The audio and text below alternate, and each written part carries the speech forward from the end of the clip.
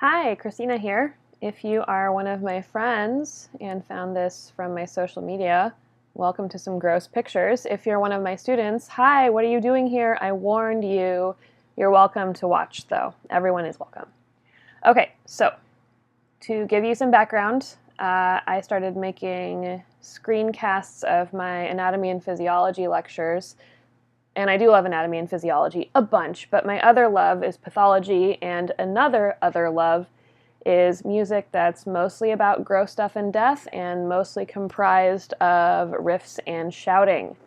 So, friends, you know that about me. Students, you may not, but it's true. So, lots of songs contain lyrics that are related to medical stuff and pathology. And it's always driven me a little teensy bit crazy that, with a few notable exceptions, many of the people making the music have never even touched a dead body, let alone been elbows deep in one, the way that I have and other medical professionals and pathologists have. So I thought it would be fun, and it's good to have a hobby, so here's mine, to take song titles and lyrics from this kind of music and actually explain it so that when you listen to hot tracks like Pugilistic burn postures, you actually know what is being discussed. So deciding to just go right ahead and get out in the open about the grossness of this series, I put this particular image on the forefront. So the image that you're looking at here is a guy who has been burnt. Notice that the posture of the legs is bowed outward and the elbows are bent as well, meaning that this individual doesn't fit neatly on the gurney. So the topic I chose is from the song of the same name, Pugilistic Burn Postures, by a band called the County Medical Examiners on the album Forensic Fugues and Medical Legal Medleys. So to give you some background on the band, and I'm not going to steal their intellectual property by playing their music on my page, but I will put a link to a couple songs in the description so that you can click on that if you want to. According to their Wikipedia, this is a band that exists solely for the purpose of recreating the sound of early Carcass albums, and I'll leave it up to you as to decide whether they succeeded or not, but it's a goal that I have mad respect for. The lineup of this band also isn't super clear. It's fairly mysterious, and they are rumored to include actual medical professionals. Again, unverified, but hey, that would be cool, wouldn't it? All right, so I've shown you a gross picture. I've explained why I'm doing this. If you want to stop watching, go right ahead. This is just me entertaining myself. So, why would we even want to discuss this? Well, pugilistic posture, and I'm going to get my pen here. So, a pugilist, if you don't know, equals a boxer or someone who fights by punching. So old-timey pugilists you'll see wearing those really tall Kylo Ren in the latest Star Wars movie style pants, and they typically have waxed mustaches and are squaring off against each other on a sort of engraved poster or some such. So pugilism is the act of punching for sport. A pugilistic posture is therefore one in which it appears as though the victim is balling up their fists and flexing their elbows in preparation for a fight. So that's what pugilistic posture refers to. Pugilistic posture can be mistaken for the evidence of a victim fighting at the time of death, but it's not really true that victims who burn to death are frozen in the position that they were in at the time of death. It kind of depends on the circumstances and on the fire, whether they were strained at the time of death or not, etc. Lack of pugilistic posture can provide information on the position of the victim at the time of death. So if you observe a body that lacks pugilistic posture post-mortem with clear fire damage, that suggests that perhaps they were restrained or confined in some way during the burn. And this is relevant mostly in cases of heat burns. Chemical burns and electrical burns have much different, although seriously disgusting etiologies, and we can discuss those later. Oh, look, I forgot a parentheses. Here we go, close paren.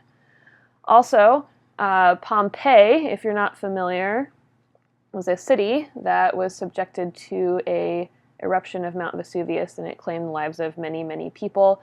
The husks of those people were left over, many of them in pugilistic postures. I'll show you a picture of one of those in a little bit. And finally, it's great grindcore song fodder, so if you're trying to find something gross to shout about, it's a pretty good one. Okay, so I'm going to tell you how and why pugilistic posture is associated with burning specifically. But before we do that, we have to talk about proteins. So I'm going to give you a crash course in protein structure and protein physiology. So proteins are long chains of amino acids. And amino acids are small molecules that like to link up in ropes, like this one, and then those ropes fold up to give the thing function. So we are mostly familiar with amino acids because they taste good and are nutritious. So if you own, for example, a bottle of Bragg's amino acids, those are really yummy. You can use them in place of soy sauce. And you need amino acids to build your own body protein. So you build proteins inside of your cells by harvesting amino acids from the environment. So they're an important feature of diet as well. So it's not good enough just to have a long rope of amino acids. So maybe this one says methionine, lysine, arginine, phenylalanine, leucine, isoleucine, blah, blah, blah, blah, blah.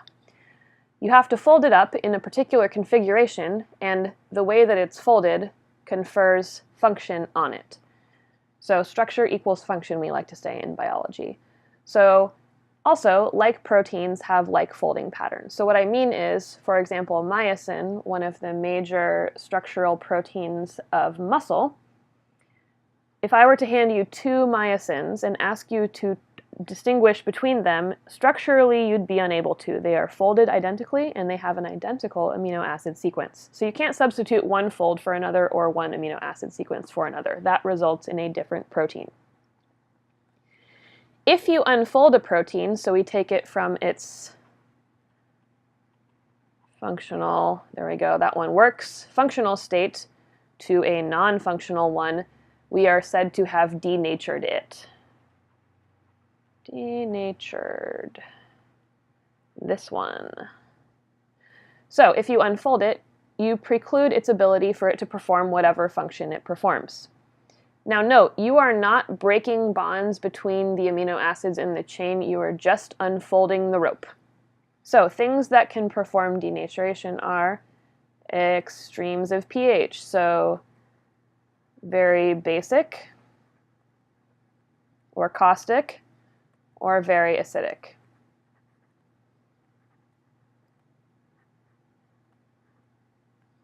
Or extremes of heat, which we are about to see. So when you cook meat and you notice that it shrinks up in the pan, that's an example of this. One of the reasons that we have extremely acidic stomachs is to denature proteins as they enter our stomachs. If they're harmful proteins, that disables them. If they are delicious, nutritious proteins, that's the first step for digesting them. If you unfold a protein and then you refold it the wrong way, this can cause pathologies. So it can stick to stuff it isn't supposed to, like other proteins. Come on, let's draw an O. There we go. My screen isn't catching up with my tablet very well.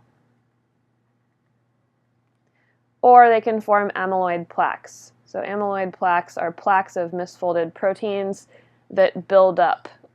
So we'll talk more about amyloid plaques when I do a presentation on infectious prions. That should be fun. Lots of gross brain pics. So let's move on to what happens to proteins when you overheat them. So here we have a real picture from a journal article. So albumin is part of egg whites.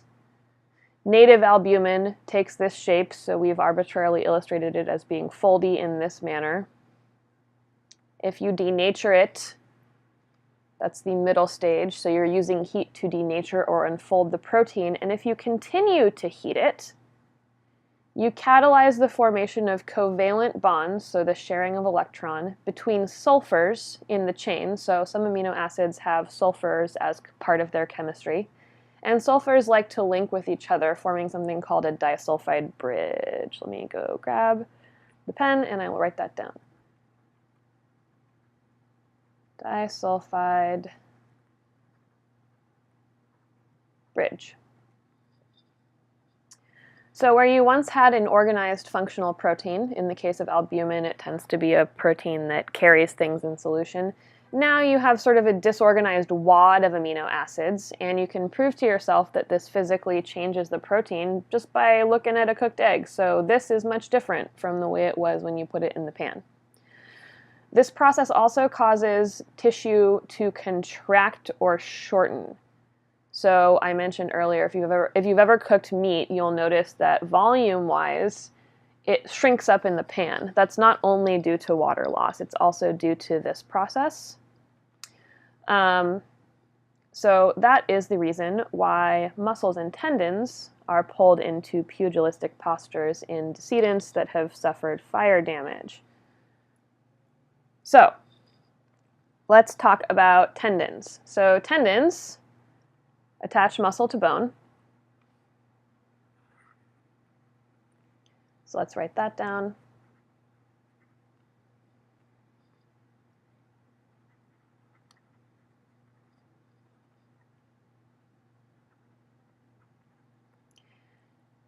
So they pull on bone. So when you flex your arm, the force of your muscle contracting is pulling on the tendon to reduce the angle of your elbow and do a flex. So collagen fibers, specifically type 1A collagen fibers, are what tendons are made of. So we have long ropes made out of smaller ropes, made out of even smaller ropes of type 1A collagen molecules. And these are amino acid chains, which is to say proteins. So just like the egg in the previous slide, when you heat this up, first they're going to denature. So you're going to go from organized helices, which are spirals, to disorganized ropes. And if you continue to heat them, you'll end up with a shrunken, cross-linked protein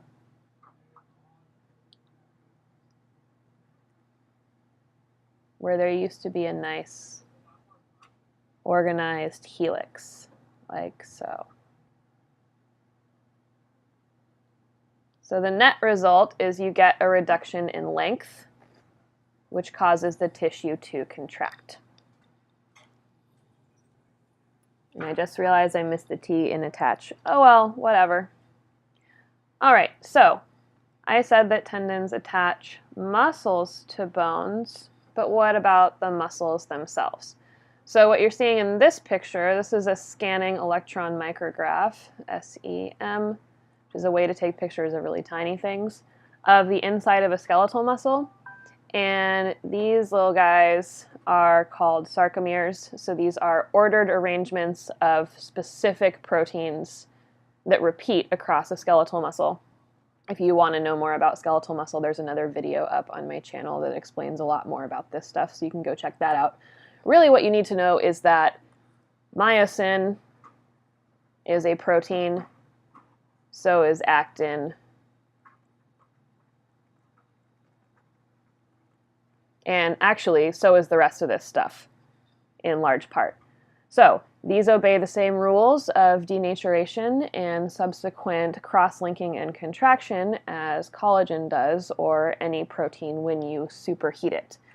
So if we know that muscles pull on bones, and we know that muscles and tendons do that, and they contract when they are heated, it stands to reason that during superheating of human tissues, those proteins would contract and produce a pugilistic posture where muscles of the hands would clench up, muscles of the elbow would cause the elbow to contract, resulting in the individual looking like, drumroll please, this. So this is one of the victims of the Pompeii, preview of the next slide, one of the victims of the Pompeii eruption. So in this case, pyroclastic flow flash immolated the citizens. So flash immolated means burned them within a matter of mere seconds, so it did not take long, which is why they are preserved in these postures that they were in at or near the time of death. So here is a really obvious pugilistic stance. This person looks like they're squaring up to box. You can also see contracture of the leg muscles has produced bends in the legs and even at the hip, so there's an angle there. This, unfortunately, appears to be a child on the lap of their mom, which is very sad. Also, if you're wondering what pyroclastic flow means, keep in mind I'm a physiologist, not a geologist, but if I remember my geology correctly, this is a mass of superheated, and I mean superheated, gas and debris.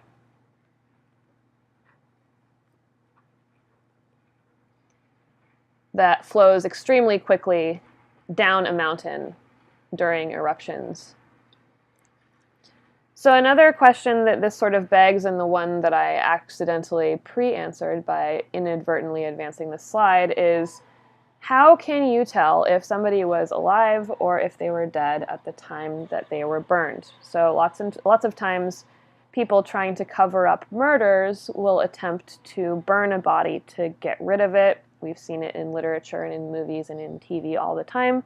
But one thing that's relevant forensically when you're trying to conduct an investigation is like, well, were they burned alive? Because that's actually way worse than if they were burned post-mortem. So you can tell by looking at certain structures if it was an antemortem or post-mortem burn. So beware, the next picture is gross.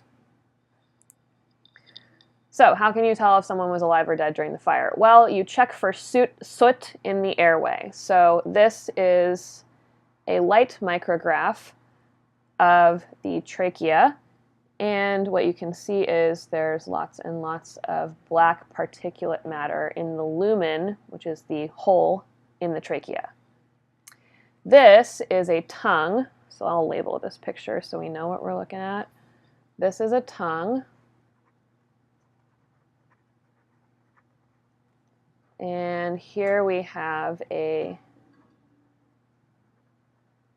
trachea, and this is the larynx of somebody who suffered from smoke inhalation and eventual death. Again, very sad. So pathologists will particularly check below the larynx because if the victim was unconscious or dead with their mouth open, some soot can accumulate in the oral cavity. But because they're not actively inspiring if they're deceased, the soot doesn't tend to make it down into the airway. So this is the trachea, and then here's where it bifurcates. So these each are bronchi, which are tubes of the lung. So in this case, it's pretty clear that this person was actively inhaling smoke prior to the time of their death because the soot extends below the larynx. Also, again, if no pugilistic posture, it suggests that the victim was tied up or restrained during the burn. And these images were borrowed from this website, so as not to plagiarize them, I have included the URL. So when you hear that song and you hear them describing various features of someone who is burned to death, they mean all of the things that I just showed you. So hopefully this was like kind of fun, at least a little bit, or at the very least informative for you.